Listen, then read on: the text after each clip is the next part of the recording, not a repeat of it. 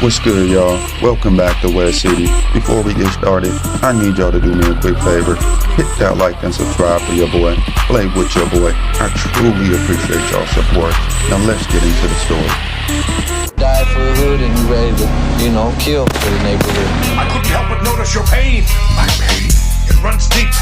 Share it with me. I never really push nobody to be from where I'm from, but if you want to be with this, then I'm going to show you how to do it. I'm going to show you how to do it right. So, it all started at 722 West Beach Avenue, a place that belonged to Big Taco's mother, though would later become Big Taco's neighborhood hangout. Big Taco's mother had fled the Salvadoran Civil War, escaping the apocalyptic violence that had gripped the country. This was around the time when Death Squad leader Roberto Dubuisson ordered the assassination of St. Oscar Romero, plunging El Salvador into a chaos so profound that author John Didion once remarked, "Terror was the given of the place." The violence forced countless refugees, including Taco's mother, to flee north towards Reagan's America. And her journey was hella grimy, filled with treacherous wild coyotes and border control agents. But she persevered, eventually landing in Los Angeles. There she worked long hours for wealthy Angelenos. Rumors had it, even Matthew McConaughey was among her employers. By the time Taco's family settled on Beach Avenue, the crack epidemic was raging, offering the promise of quick cash for those willing to risk everything to navigate the dangers of rival gangs and the ever-present threat of the Inglewood Police Department.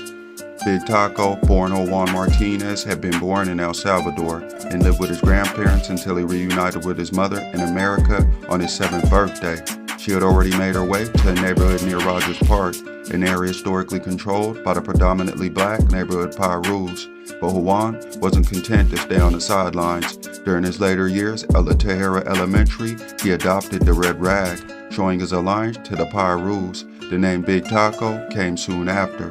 Though what some people don't know is that the original Big Taco from NHP moved to Chino, California, and became a skateboarder of some sorts, denouncing his NHP affiliation.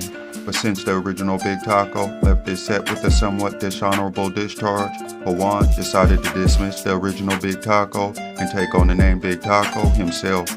After dropping out of Inglewood High, Taco would meet a sister named Angela, a Palmdale native who moved to Inglewood as a teenager and who would later become the mother of Big Taco's children. Big Taco and Angela would raise 3 boys and a daughter together over the years. His oldest son, born Juan Martinez Jr. in 1994 and later be known as Ruchi, and Ruchi's little brother Angel would later both become a product of the vibrant and complex world his family created. The neighborhood Pirus would be known as the Hyde Park Boys before adopting the NHP label. The neighborhood Pirus originated from an original member and OG named Pee-wee, who would be taken to Compton by an older OG by the name of Robo from Westside Piru, who would then get a young Pee-wee put on the Westside Piru set in the 70s. This led Pee-wee to come back to his original neighborhood and clique of the Hyde Park Boys in Inglewood and start the neighborhood Pirus. The neighborhood Piru turf is centered around Rogers Park, between Hyde Park Boulevard and Ivy Boulevard. The neighborhood Pirus and the Avenue Piru tribe are the only 2 tribes in Inglewood to represent Piru. The neighborhood part of the set's name would come from the relationship Pee-wee had with the neighborhood 20 Bloods, and the Piru part of the NHPs would come from the Westside Piru set in Compton. The neighborhood Pirus have history dating as far back as the 1970s. The NHP fall under the neighborhood Piru brand, along with the 151 original block Piru and the 145 Piru, located in Compton, California. The 700 block, 500 block Hyde Park are considered the oldest cliques of the neighborhood Pirus. There be many influential artists who came from the neighborhood Piru turf. Squeak Root from neighborhood Piru was part of a rap duo called All From The Eye, which consisted of Squeak Root and Blinky Mac. They first appeared officially on West Coast Connection's debut album in 1996, Bow Down, and then were signed by Mac 10 on Who Bangin' Records. Mac 10 would also hire Big Dulo from NHP as security during those times. All From The Eye made several appearances on some compilations and soundtracks, West Coast Bad Boys 2 and The Substitute. They released their self-titled debut album in 1998 called All From The Eye, a classic release with some dope-ass singles like County Jail and Fill My Cup to the Rim. In 1993, Squeak and his brother G Love from Inglewood Queen Street Bloods would also help start the Double I Bloods in New Jersey, after Squeak's brother G Love established a friendship with Tupac and Tretch from Naughty by Nature. G Love and Squeak would continue hanging out with the Jersey Cats, who were from a hood called Illtown back in New Jersey. This said Squeak bringing together the Inglewood I and the Illtown I, forming the words Double I, which led the Jersey Cats taking it to heart and bringing it back to their hometown, soon founding the Double I Bloods, which to this day is very much respected and repped in New Jersey. Another artist out of Inglewood would be Pete Grizzle, also known as Baby Jihad from NHP, who would also start to get his recognition, putting out numerous songs and videos that would quickly do numbers. Pete Grizzle would also speak on how he got shot 7 times in Seattle, Washington, while visiting the city years back. I was in Seattle and Oh, for real? hell yeah, I was in Seattle in downtown in Georgetown district in like 2015. You know, I was shot 7 times out there. Damn. Yep, and Some of Pete Grizzle's songs include No Debating, Only God Can Judge Me, Thriller, and The Life I Chose, just to name a few. Big Taco's oldest son Ruchi would also grow into becoming one of Inglewood, California's biggest names as an artist, which I'll speak on more here in a few. But for right now, let's get back to the true glory story. Some of the different sets that the NHPs would not see eye to eye with over time in the past include the Legend Crips, 102 Raymond Avenue Crips, Tongan Crips, and the Rolling 60 Crips, as well as the Inglewood 13 Serranials of Inglewood, to name a few. Though times have changed, and even though the NHPs have had a past rivalry with the Inglewood 13, in January of 2020, the Queen Street Bloods, Neighborhood Pirus, and Inglewood 13 agreed on a ceasefire truce. This truce immediately followed the truce between the East Coast Crips and the Florence 13, and the meeting for this truce took place in the same room of the same building at the Youth Justice Coalition on 76th Street and Central Avenue. No matter the beefs a lot of individuals in different hoods would have, many different sets are finding a way to make a brighter day for their communities with these types of ceasefires and truce. I believe in the future we will see more of these things gradually happening. Anyhow, Big Taco would be one of the first full Latino members of Neighborhood Piru. With that being said, Big Taco would have a different type of pressure when it came to street politics, especially when it came to prison politics, which he would soon find himself in and out of prison over time while growing up in Inglewood, California. During a stint in Folsom Prison, a rival gang member carved a scar in a taco scalp that would later be a reminder of the violence he survived. Soon, Big Taco would become a highly respected member of the Neighborhood Pirus. His entourage during those times in the early 90s would consist of some of the most legendary NHP members from the set. One in particular would later be known as the King of Inglewood to this day, Big Dulo from NHP. TaKo would become a trophy in his hood as well to his opposition. But no matter how many attempts he would have on his life, somehow TaKo would continue to evade becoming a statistic of California's murder rate. TaKo would say later that back then, in the 80s and 90s, gangsterism was at its peak. So we can imagine the pressure that the LA youth experienced in those times. Not only that, when it comes to banging, after a while, one starts to psych themselves out to burn their cares in order to normalize things and actions that are not normal. It's one thing to kill in order to protect oneself and your people, but it's another thing to murder for fun, like so many of the youth nowadays do.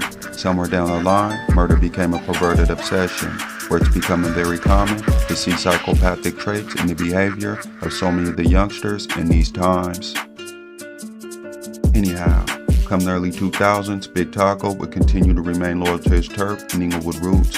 Big Taco would be feared throughout the city, but for those who would know Big Taco, would also tell you how fun and loving of a person he was as well, with Big Taco having a close and loving bond with his children and family, always making sure to put his people before anything else in life. But the story took a sharp turn in 2010. By then, TaKo's mother had moved from Beach Avenue to Victor Avenue, though trouble seemed to follow. The NHP Piru set had turned the new place into what they called the Second Projects. One early morning, a SWAT team descended on TaKo's mother's house. Big Taco's son Ruchi watched as his father, uncle, and several other NHP members were arrested on attempted murder charges. As the handcuffs clicked shut he heard the sirens fade into the distance, bringing the end of an era and the beginning of a new, uncertain chapter. Big TaKo and his brother Boner would both get caught up and charged with attempted murder and faced with the possibility of spending the rest of their lives in prison if convicted. On April 25, 2010, about 6 a.m., George Cervantes was walking along South Fair Avenue in Inglewood when he saw a red Explorer and white Camry driving toward him. The two vehicles passed him, then suddenly turned around and stopped. The front passenger lowered his window and fired a black pistol. Cervantes threw himself on the ground. When he looked up, the shooter fired again. Cervantes stood up and ran through a nearby alley. The shooter fired 4 more shots. Cervantes hid in the alley until police came. Eventually, TaKo and his brother will both be charged with the shooting. What led up to the trial was a search of Anthony Martinez's residence that uncovered 4 handguns, a shotgun, and ammunition. A DNA sample from one of the handguns matched that of Anthony Martinez's DNA. Gunshot residue was also found on Anthony Martinez. Anthony Martinez testified on his own behalf. He stated he had spent the night at his mother's house working on his music.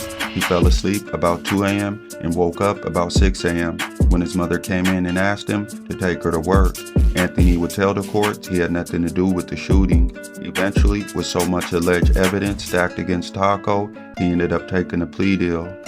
While TaKo navigated the systematic traps of the justice system, he accepted a plea deal, being sentenced to 5 years in prison. TaKo's brother, however, was determined to prove his innocence. The good son, with no prior convictions, took his case to trial. But this was America, where justice often comes with a price tag. Without the resources to hire a defense like Johnny Cochran and marked by tattoos that painted him as a dangerous figure, the odds were surely stacked against him, which ended up being the case. The prosecution painted him as a sociopathic menace, and the judge sentenced Anthony Martinez, aka Boner, to 15 years to life for the attempted murder conviction, plus an enhancement term of 20 years to life for the firearm allegation, for a total of 35 years to life in state prison. Today, TaKo's brother still serves time in Lancaster State Prison. Big TaKo's 2 sons would watch in the courtroom as the jury read the verdict of guilty with the life sentence. Big TaKo's son Ruchi would recall his uncle turning around in the courtroom after the guilty verdict and tell his nephew, "You're the man of the house now. Do the right thing." Back in Inglewood, everything shifted from that point on. Big TaKo would finish his 5-year prison sentence, come home, and take care of his daughter and family. Big TaKo would get a job and work hard for a better and more righteous life. But in August of 2014, TaKo would hear a knock at his door. When he answered it, he was surprised to see it was ICE agents coming to take him into custody to deport TaKo back to El Salvador.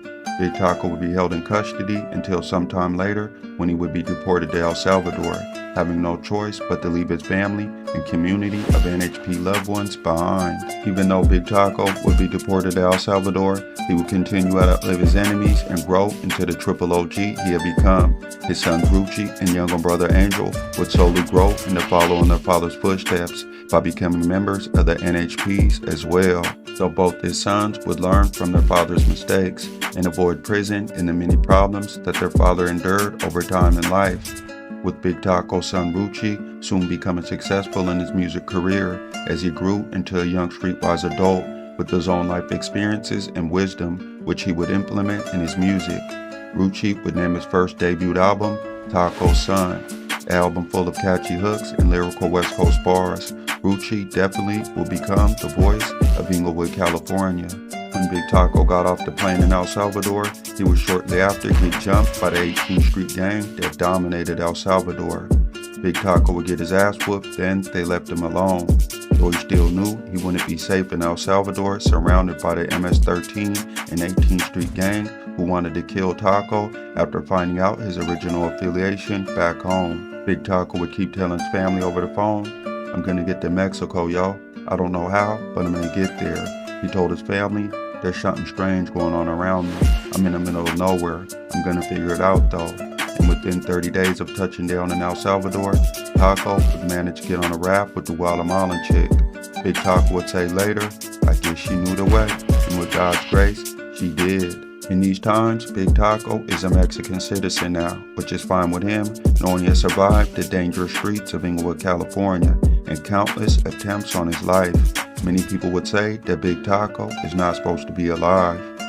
Isn't it so that all gang members end up dead or in jail?